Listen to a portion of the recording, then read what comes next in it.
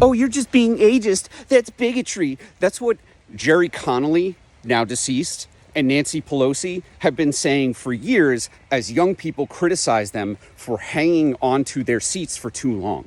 Now, look, I'm going to say something controversial and Democrats might get mad at me. But Gerry Connolly, in all of the things that he has done, he's not a good person. He has failed us. He failed the United States, and he should be remembered as someone who cared more about himself than as someone who cared about democracy. And Nancy Pelosi, I personally really like her. She's been really good to my community. I'm a combat vet. I know what she's done for our community. She has met with veterans organizations on a regular basis, whether she's speaker or not, for something like 2 decades, for my entire adult life. But with that being said, Nancy Pelosi, from a hospital bed, whipped votes against younger members of Congress so that Gerry Connolly could be the ranking member of the Oversight Committee. And he just croaked. And because he and 2 other old and sick Democrats have passed away in the 5 months since we've had a new Congress, in the 6.5 months since we had an election, that is the only reason that the big, beautiful bill, Donald Trump's tax scam, passed the House.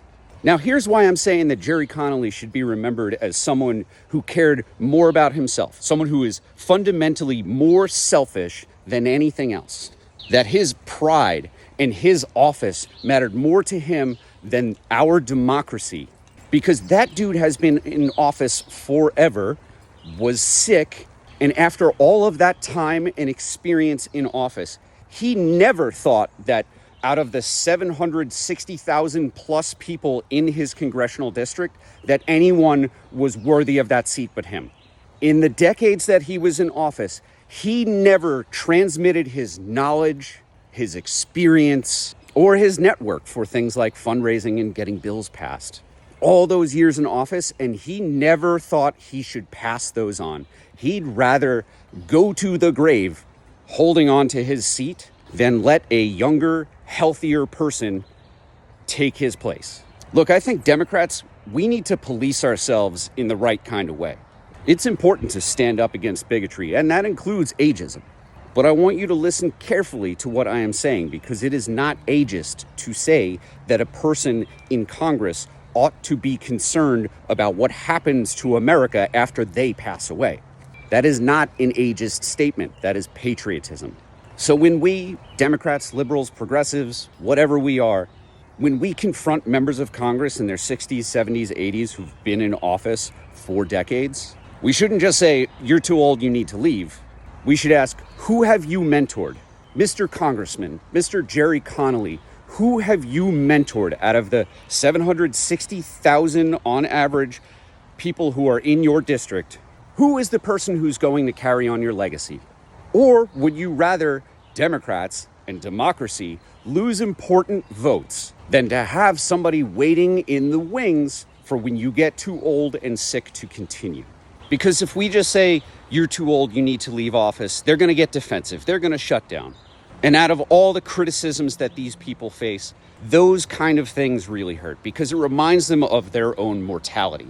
And someone like Nancy Pelosi will respond to an accusation that she's too old. She will talk about her fundraising prowess, her ability to whip votes and get things passed. She has a long storied history. She is a powerful and a more accomplished woman than there really are in the history of American politics. And I honor and respect that.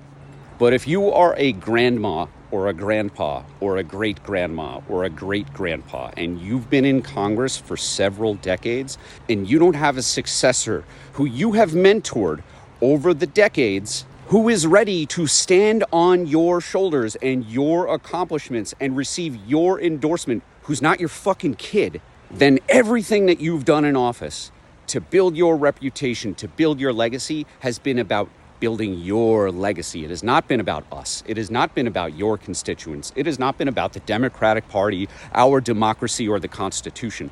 It's been an exercise in narcissism. Gerry Connolly, rest in peace, is a narcissist. Dianne Feinstein, narcissist. Joe Biden, narcissist. The notorious RBG, Ruth Bader Ginsburg, narcissist.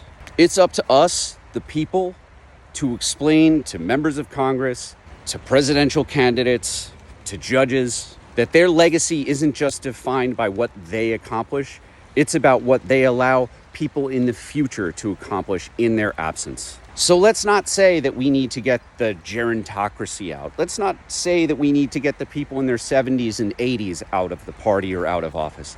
Let's say that we need to get rid of the narcissists. If you get the chance to confront your member of Congress, they're the most accessible in office at the federal level, ask them who they've mentored. Ask them who's going to be able to step up into their place when they get too old or frail or vulnerable to continue serving their constituency. If they don't have an answer, they're a narcissist, and that's why they need to be removed from office. That's why they need to be primaried. That's why they need to get out. It's not about age.